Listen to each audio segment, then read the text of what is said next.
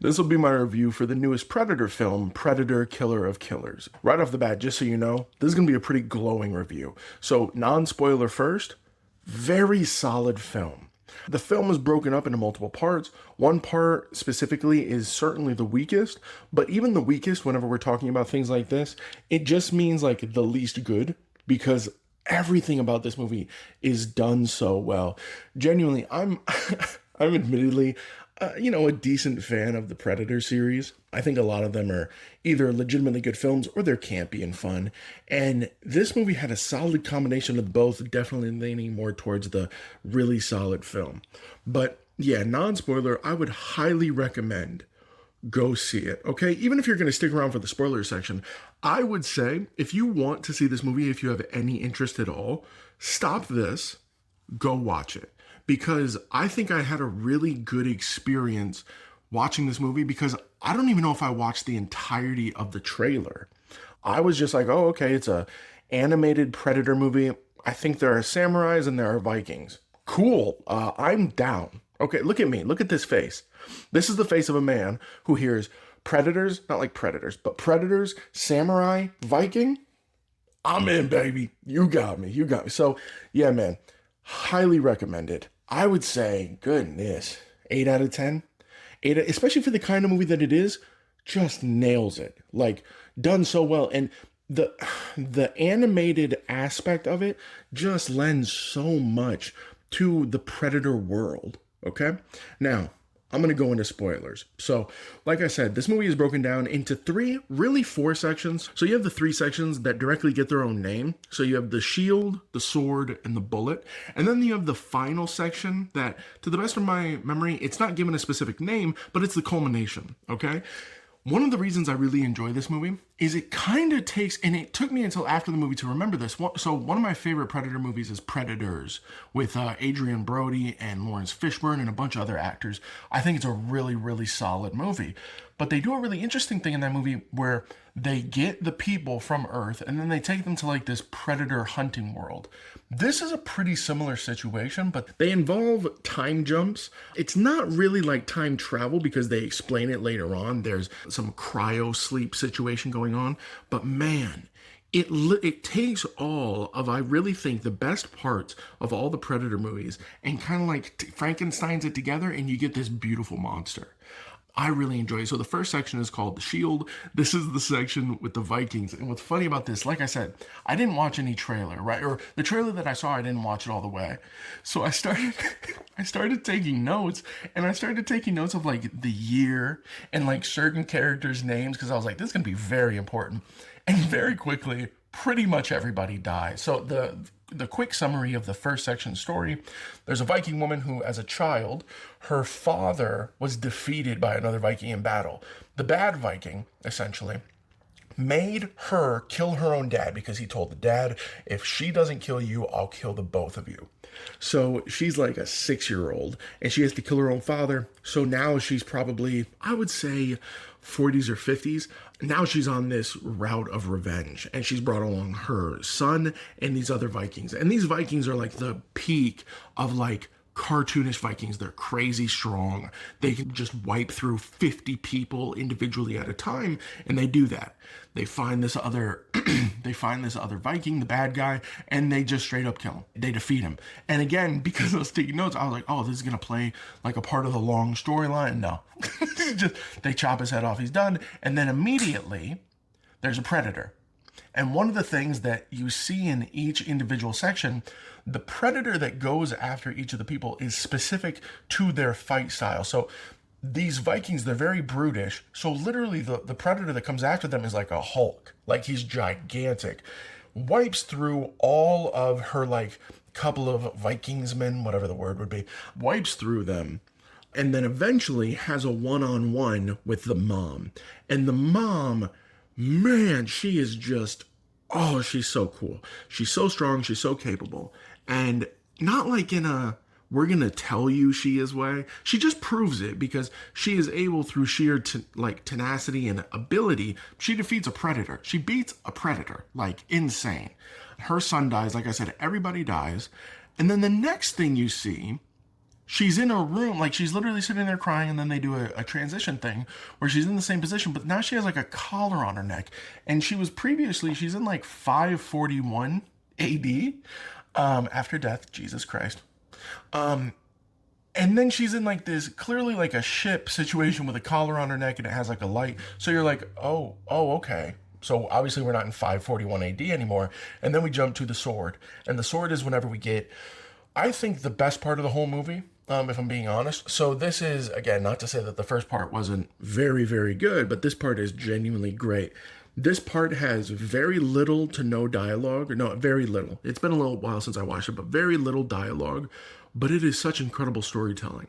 So we basically, in this section, we get the story, and this is, I believe, over a millennia later. It's in 1609, I have written down. We get this story of these two brothers who are very young, and they're training to be samurai under their very strict father. And the father essentially makes them fight, like legit fight. He gives them swords. One of the brothers refuses to do it. The other brother is initially going to do that, but then you see him like look at the father, and you can obviously see within him, he's like, I want to appease dad. I want to make dad proud of me. So he just goes at his brother, cuts his face, and the brother who like refused, who got his face cut, he runs off. We flash forward. It looks like probably 15, 20 years, I would guess. And now the brother who ran off, he's working in the fields, and the brother who stayed in the home, he's now like a legit samurai, and the dad dies. And there's this like big ceremony, big celebration.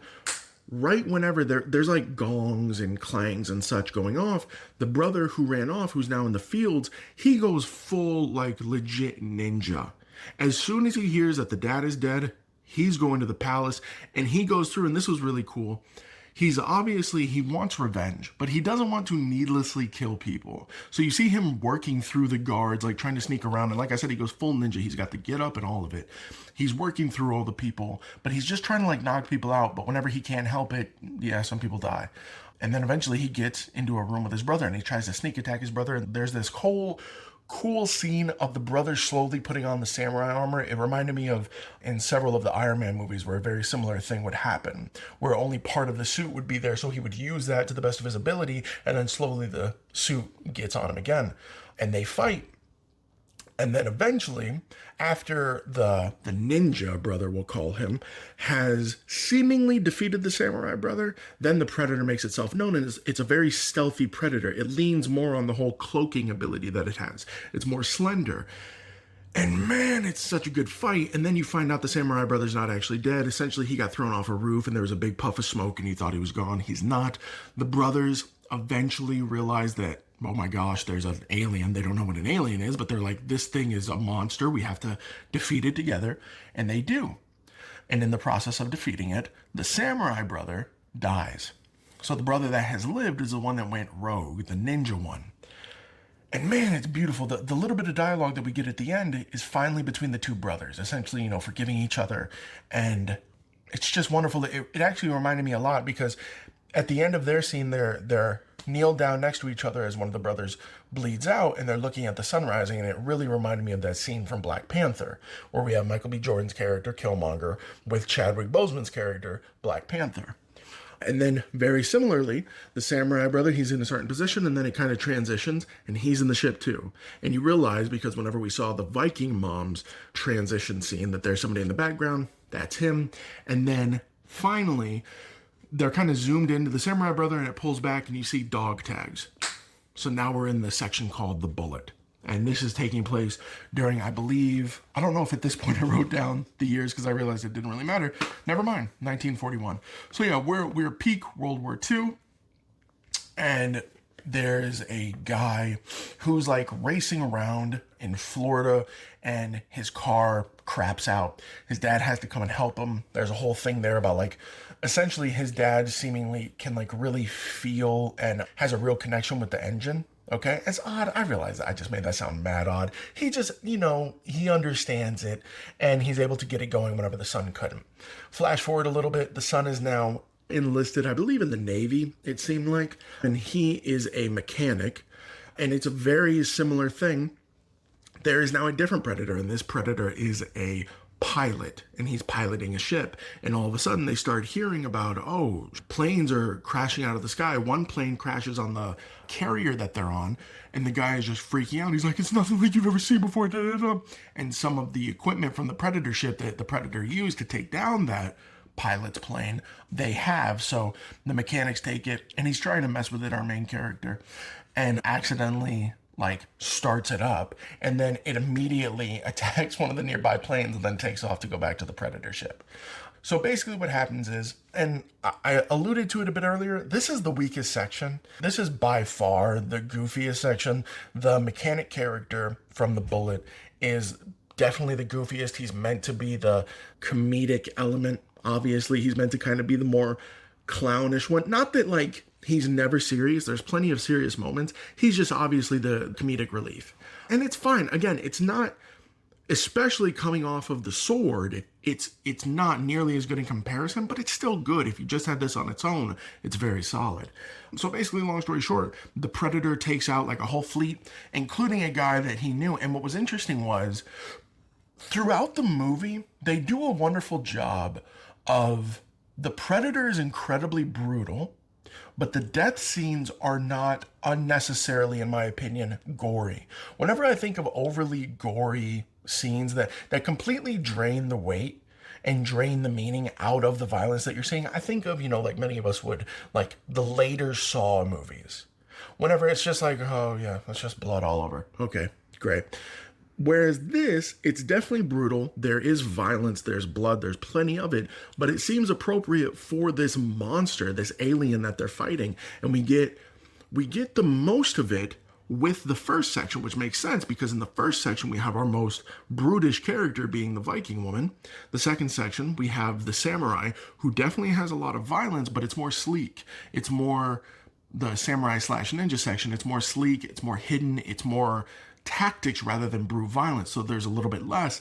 And then in the Bullet section, there's definitely violence, but at the same time, a lot of it is masqueraded because it's blowing up ships in the sky, so you're not seeing blood and guts all over. Anyway, eventually the kid who was the mechanic, he talked earlier about he really wants to be a pilot, he wants to get out there, please let me go, Sarge.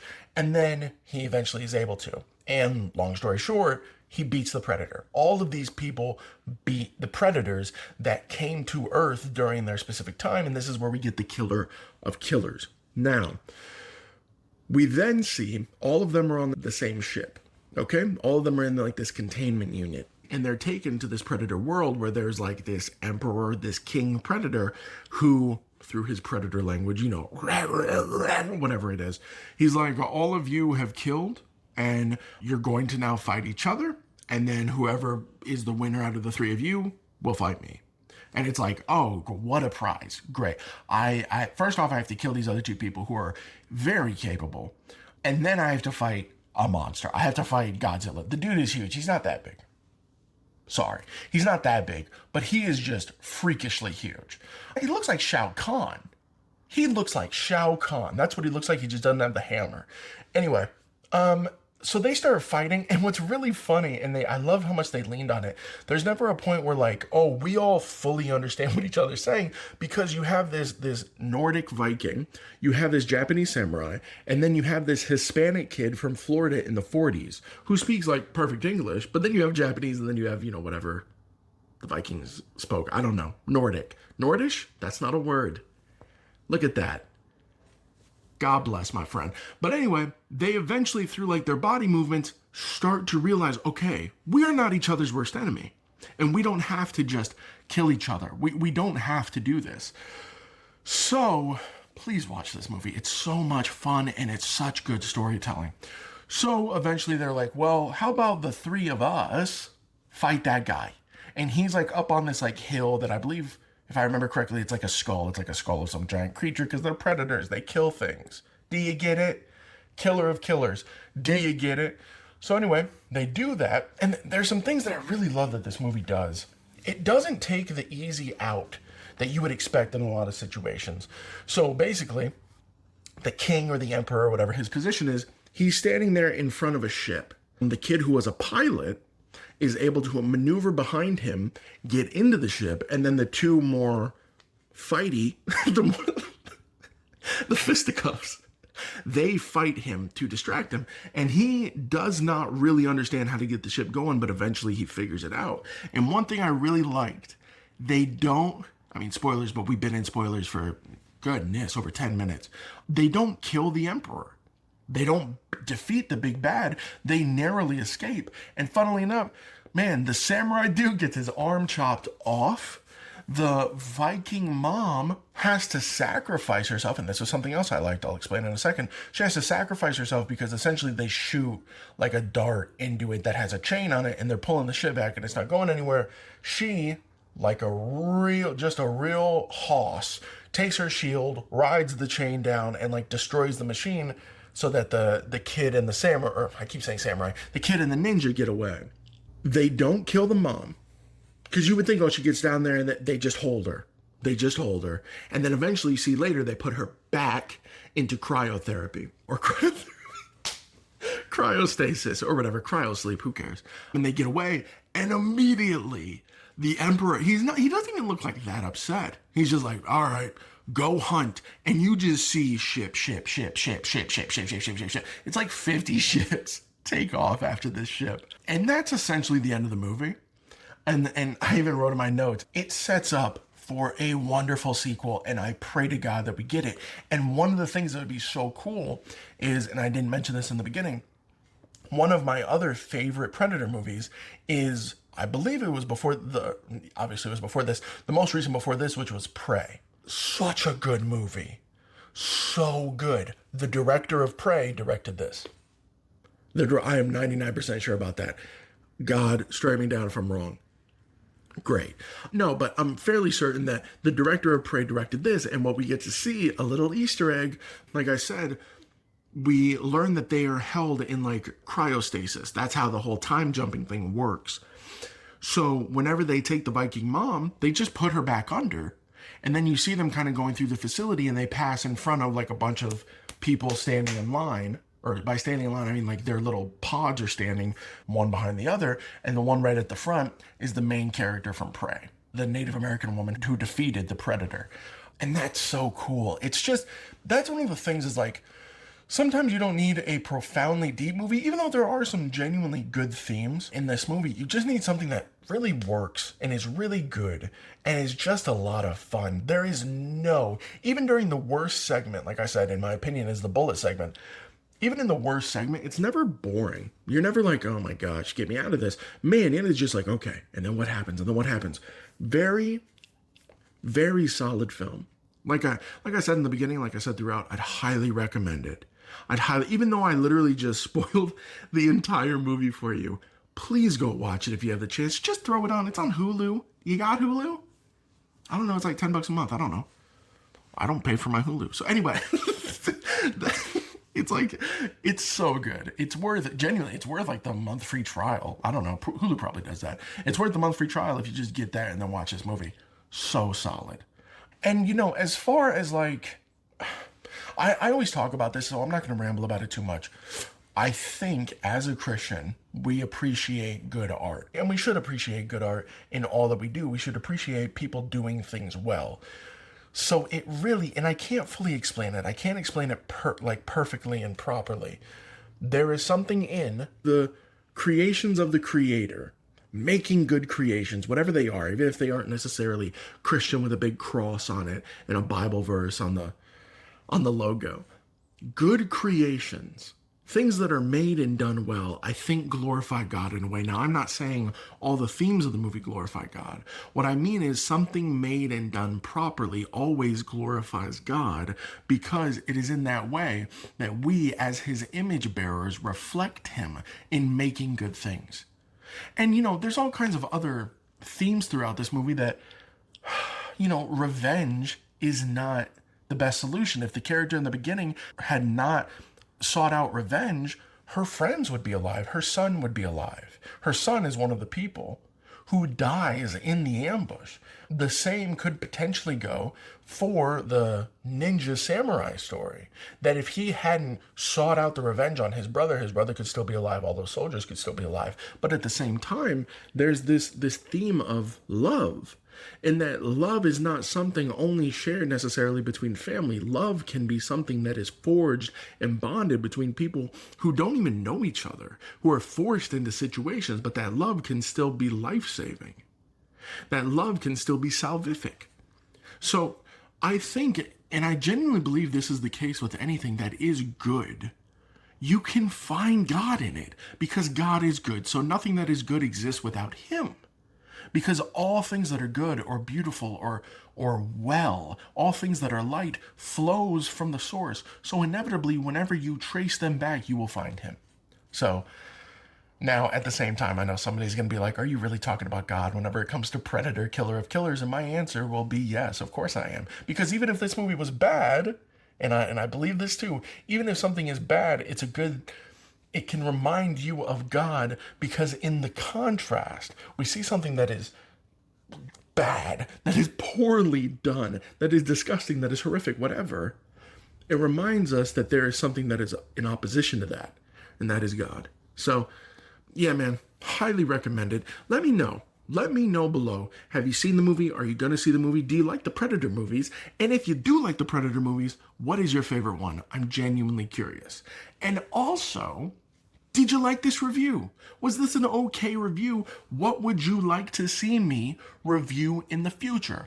Genuinely, I am curious. I don't just, oh, there's a comment and then swipe it away. No, man, I read them. I check them out. I want to know what you guys are saying. And even if you hated this whole thing and you don't want to engage at all, I love you. God loves you. God bless, my friend. Consider supporting me today by going to thelordsgiant.com and making a donation or picking up some merch, or by finding me on Patreon. Link in the description.